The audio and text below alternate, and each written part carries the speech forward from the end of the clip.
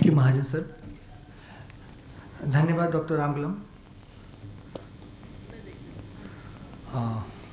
एक बहुत ही अच्छे तरीके से आपने म्यूज़िक का क्या उपयोग हो सकता है मानसिक रोगों में और म्यूज़िक का इंसान के दिमाग पर क्या असर हो सकता है, इसी बात को आगे बढ़ाते हुए मैं अपना प्रेजेंटेशन आप लोगों के सामने प्रस्तुत करता हूँ।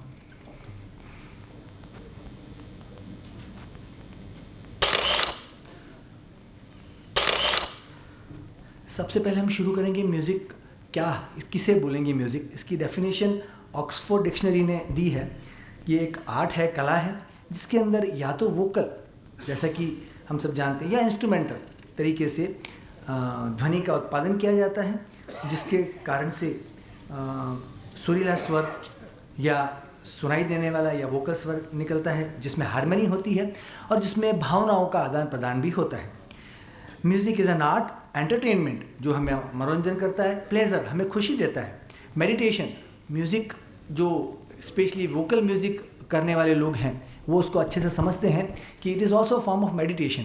क्योंकि जब व्यक्ति गाने का प्रयास कर रहा है या सीखने का प्रयास कर रहा है तो सांसों का विशेष प्रकार तरीके से, विभिन्न तरीके से वो समायोजन और नियंत्रण करने की कोशिश करता है, जो कि एक तरह का मेडिटेशन है। जो बहुत वेल नोन सिंगर्स हैं जिन्होंने अपने सुरों पर महारत हासिल की है, उनका आप अगर गायन सुनेंगे तो आपको एक बहुत शांति और पीस का एहसास होगा, एक मधुरता का एहसास होगा। तो उस व्यक्ति की इस साधना के पीछे की तपस्या दिखती है उसके गायन में, और वो पॉजिटिव एनर्जी हम तक भी पहुंचती है। सबसे पहले शुरू करूंगा मैं अल्बर्ट आइंस्टीन की बात से। आइंस्टीन जब स्कूल जाते थे तो उनको उनके टीचर्स ने बोला, बहुत स्टूपिड, बहुत ही नाकारा स्टूडेंट हैं, आप लायक नहीं है पढ़ने के। उनके पेरेंट्स को साफ तौर से बोल दिया गया था, आप ले जाइए इन्हें और एक कोई मजदूरी का कार्य करवाइए, मैनुअल वर्क करवाइए, ये पढ़ने के लायक नहीं है। इस बात को उनके पेरेंट्स ने एक्सेप्ट नहीं किया। उन्होंने कहा नहीं, हमारा बालक ऐसा नहीं है, और उन्होंने उसे एक वायलिन ला के दिया। एंड लेटर ऑन वायलिन को सीखते हुए म्यूज़िक के सहयोग से आइंस्टीन ने जो ऊंचाई हासिल की वो आज एक इतिहास है, और आज हम आइंस्टीन को याद करते हैं उनके नाम से। तो उनके नाम के साथ भी, आइंस्टीन की तरक्की के साथ भी म्यूज़िक का बहुत बड़ा योगदान है, इंस्ट्रूमेंटल म्यूज़िक का बहुत बड़ा योगदान है। और ऐसा कहा जाता है, आइंस्टीन ने स्वयं कहा है अपने लेखों में, अपने वक्तव्यों में, कि वायलिन के प्रयोग से उन्होंने कई समस्याओं का समाधान ढूंढा, और इसका वैज्ञानिक आधार भी हम ढूंढने की कोशिश करेंगे कि आइंस्टीन ने बोला उसका दिमाग के विभिन्न हिस्सों के सामंजस्य से क्या संबंध है और उसको हम कैसे समझ सकते हैं। म्यूज़िक का हमारे शरीर पर अलग अलग तरह से असर होता है। ब्रेन वेव्स, जैसा कि डॉक्टर रामगुलम ने अपने संबोधन में दिमाग में उत्पन्न होने वाली वेव्स के बारे में बात की। हमारे दिमाग में हम हमारे मस्तिष्क की क्रियाशीलता को और विभिन्न तरह के कार्यों को अलग अलग तरह से नापते हैं।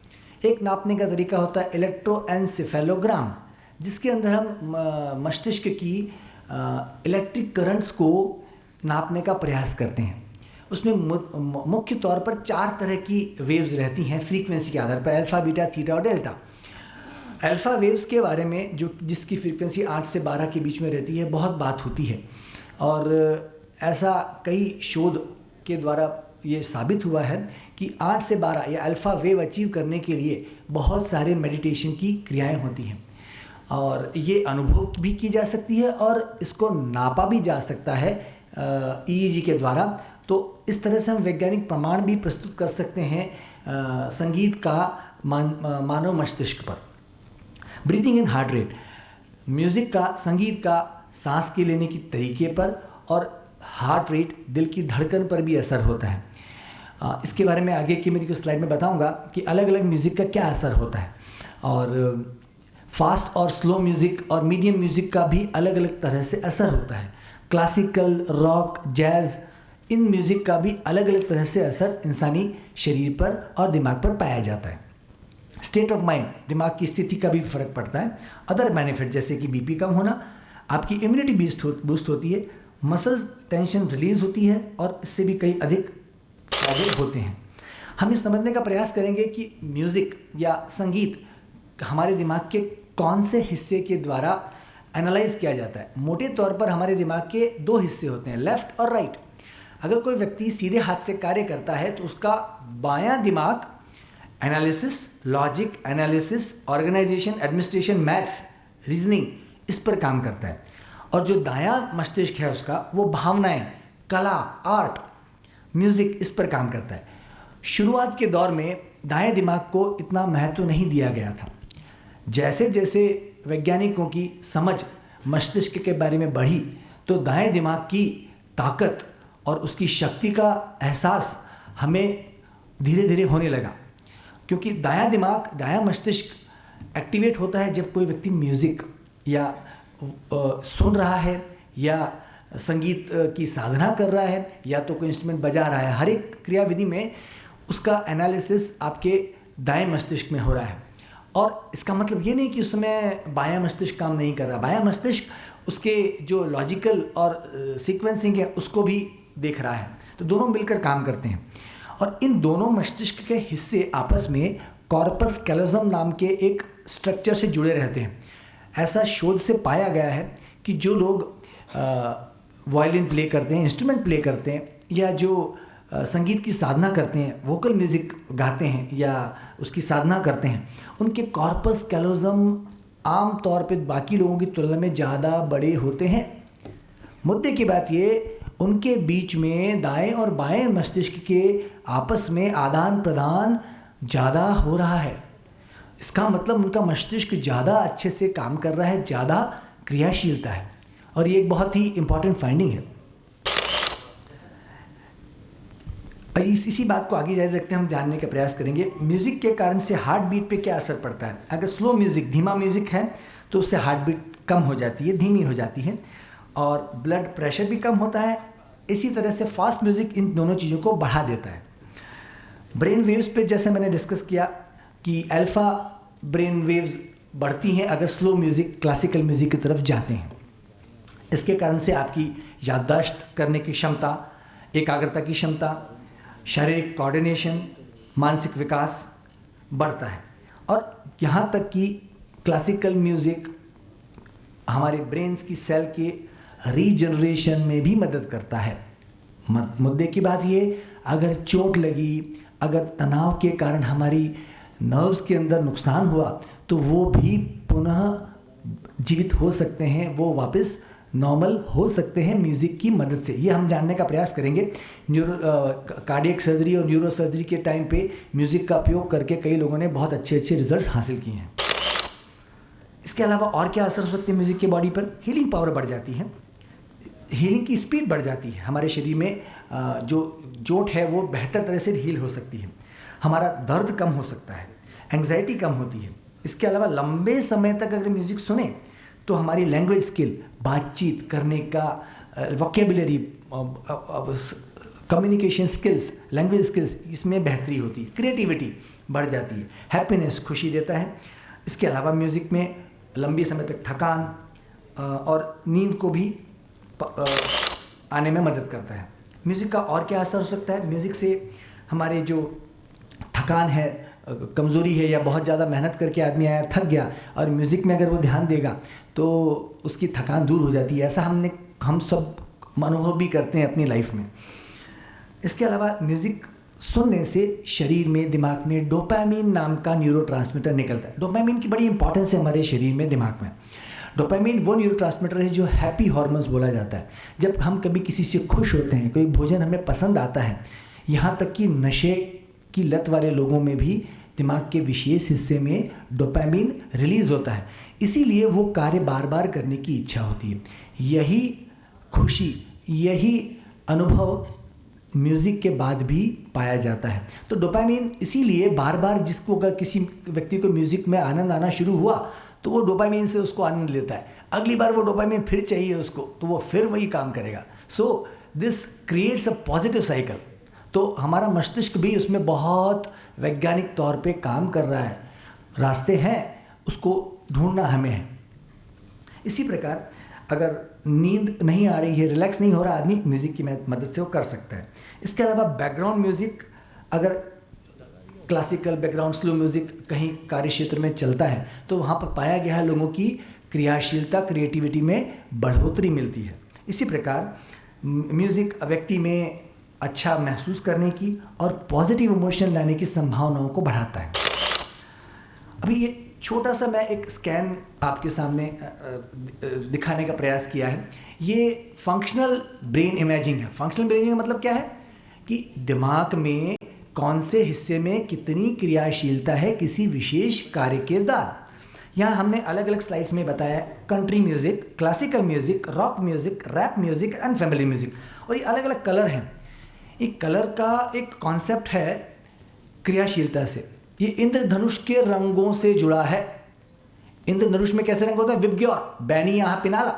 बैंगनी मतलब सबसे कम क्रियाशील, लाल मतलब सबसे ज़्यादा क्रियाशील।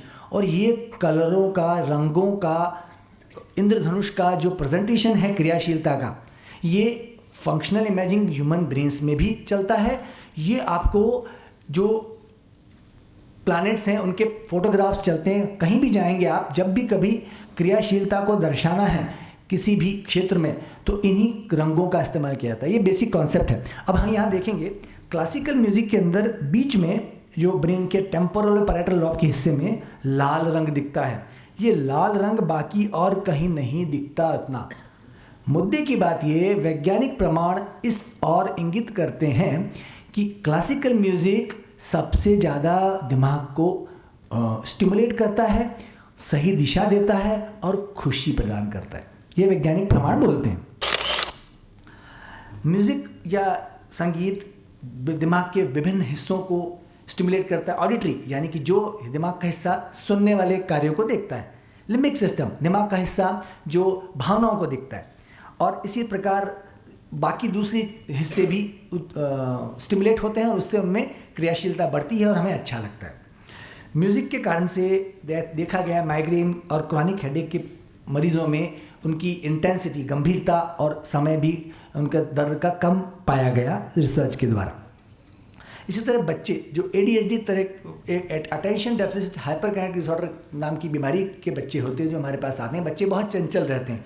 5 से 8% के आसपास स्कूल गोइंग बच्चों में ही ADHD नामक बीमारी पाई जाती है। इन बच्चों में भी म्यूज़िक थेरेपी के अच्छे असर देखे गए हैं।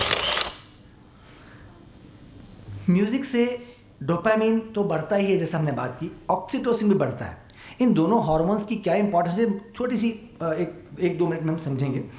म्यूज़िक के कारण से जैसा हमने बताया डोपामिन दिमाग में निकलता है। इसके कारण मोटिवेशन, व्यक्ति का मोटिवेशन बढ़ता है और वो वही कार्य बार बार करने की कोशिश करेगा या वही खुशी प्राप्त करने की कोशिश करेगा। ये वैसा ही जैसा चॉकलेट खाने के बाद बार बार चॉकलेट करने की इच्छा होती है, खाने की इच्छा होती है बच्चों में। ब्रेन के अंदर ऑक्सीटोसिन वो हार्मोन है जो निकलता है माँ जब अपने बच्चे को जन्म देती है। इसीलिए पूरी दुनिया में, पूरी धरती पर जितना अच्छा बॉन्डेज माँ और बच्चे का है उतना कहीं नहीं मिलता। This bonding is because of oxytocin. यही ऑक्सीटोसिन निकलता है जब कभी लोग ग्रुप में म्यूज़िक एंजॉय करते हैं या ग्रुप के अंदर म्यूज़िक कंसर्ट को में पार्टिसिपेट करते हैं। इसके कारण से लोगों में आपसी विश्वास बढ़ता है। ये मॉरल हार्मोन भी बोला जाता है। इसकी मदद से लोगों के बीच में आपसी सामंजस्य और विश्वास बढ़ाने की क्रिया बढ़ती है और इसीलिए लोग ज़्यादा दयालु और ट्रस्टवर्दी हो जाते हैं। तो ये एक वैज्ञानिक विश्लेषण बताया मैंने कि म्यूज़िक का ग्रुप में क्या इंपॉर्टेंस है और ऑक्सीटोसिन कैसे मदद करता है उसको आगे बढ़ाने में, और डोपामिन एक इंडिविजुअल व्यक्ति को कैसे मदद करता है। इसी तरह म्यूज़िक बूस्ट करता है इम्यूनिटी को। ये हमारे रिलैक्स करता है ब्रीदिंग को, हार्ट को। हमारे स्ट्रोक या किसी व्यक्ति को स्ट्रोक यानी कि ब्रेन हेमरेज हुआ उसके बाद रिकवरी में मदद करता है। मोजार्ट म्यूज़िक एक विशेष तरह का म्यूज़िक है जो कि फ्रेंच लोगों ने डिज़ाइन किया और उनका ये मानना है, उनका एक क्लेम है कि इसके कारण से सीजर एक्टिविटी या मिर्गी के दौरे की संभावना भी कम हो जाती है। जॉर्ज लिजानोव एक बुल्गारियन साइकोलॉजिस्ट थे। बहुत सारे लोगों ने बहुत सारे एक्सपेरिमेंट किए। उन्होंने एक छोटा सा एक्सपेरिमेंट किया। वो फॉरेन लैंग्वेज सिखाने का कार्य करते थे। उन्होंने एक छोटा काम किया कि 2 ग्रुप लिए बच्चों के, एक ग्रुप वाले बच्चों को उन्होंने फॉरेन लैंग्वेज सिखाई और उसके साथ म्यूज़िक, क्लासिकल म्यूज़िक का एक पीस भी उनको सुनाया। दूसरे ग्रुप में ऐसा नहीं किया। तो जिस ग्रुप में ऐसा नहीं किया था उनमें उन्होंने रिटेंशन रेट 92% पाया, और जिन लोगों में ऐसा किया उनमें रिटेंशन रेट 100% था। एक मुद्दे की बात और कि जो क्लासिकल म्यूज़िक है जिसकी बीट 60 पर मिनट के आसपास है, that is very appropriate for human being, और इंसान के अंदर लर्निंग और जो पॉजिटिव इफेक्ट है ये इस बीट के आसपास के म्यूज़िक थेरेपी से बहुत अच्छी मिलती है। ऐसा विभिन्न वैज्ञानिक शोधों से हासिल हुआ है, और एक नहीं कई जगह ये बात सामने आई है। और ये रेट, हमारी हार्ट रेट बेसिकली 60 से 100 के बीच में रहती है। 72 पर बीट्स पर मिनट इज़ आइडियल, तो ये उसके आसपास ही मिलता है। तो आप देखिए मतलब किस तरह से वैज्ञानिक प्रमाण हमारे नेचुरल हार्ट बीट और नेचुरल बॉडी के जो पैरामीटर्स हैं उनसे मैच करते हैं। एक और एक्सपेरिमेंट मोजार्ट इंस्ट्रूमेंटल म्यूज़िक के द्वारा किया गया, जिसमें उन्होंने कुछ ग्रुप लिए। एक ग्रुप में उन्होंने म्यूज़िक दिया, दूसरे ग्रुप में उन्होंने लोगों को रिलैक्सेशन टेप सुनाया, तीसरे ग्रुप को उन्होंने कुछ भी सुनने को नहीं दिया।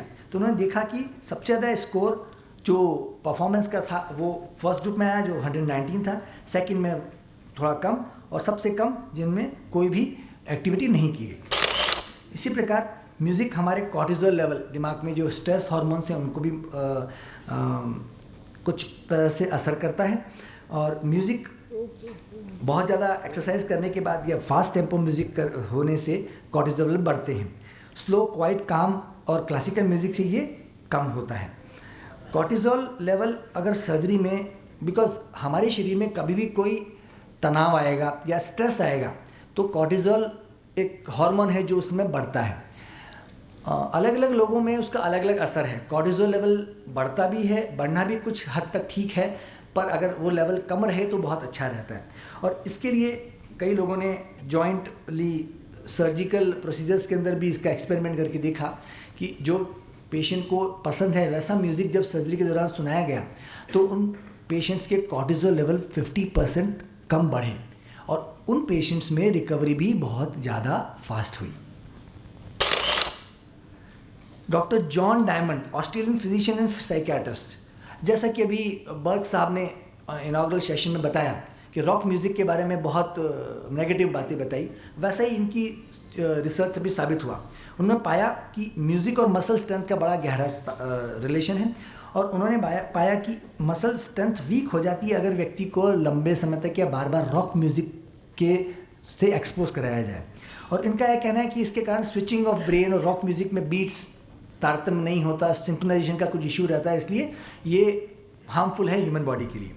और ऐसा भी पाया गया कि रॉक म्यूज़िक अपने डेंड्रॉन, जो कि एक न्यूरोनल सेल का एक पार्ट है दिमाग की कोशिका का, उनको भी नेगेटिवली अफेक्ट करता है। विलियम बेलाक और ये पेंसिल्वेनिया यूनिवर्सिटी के कुछ और बहुत सारे साइंटिस्ट, उन्होंने भी एक स्टडी की और देखा कि लगातार म्यूज़िक के टाइप और टेम्पो का मेमोरी पे क्या असर पड़ता है। उन्होंने 4 ग्रुप लिए, उनको कुछ शब्द याद करने को कहा।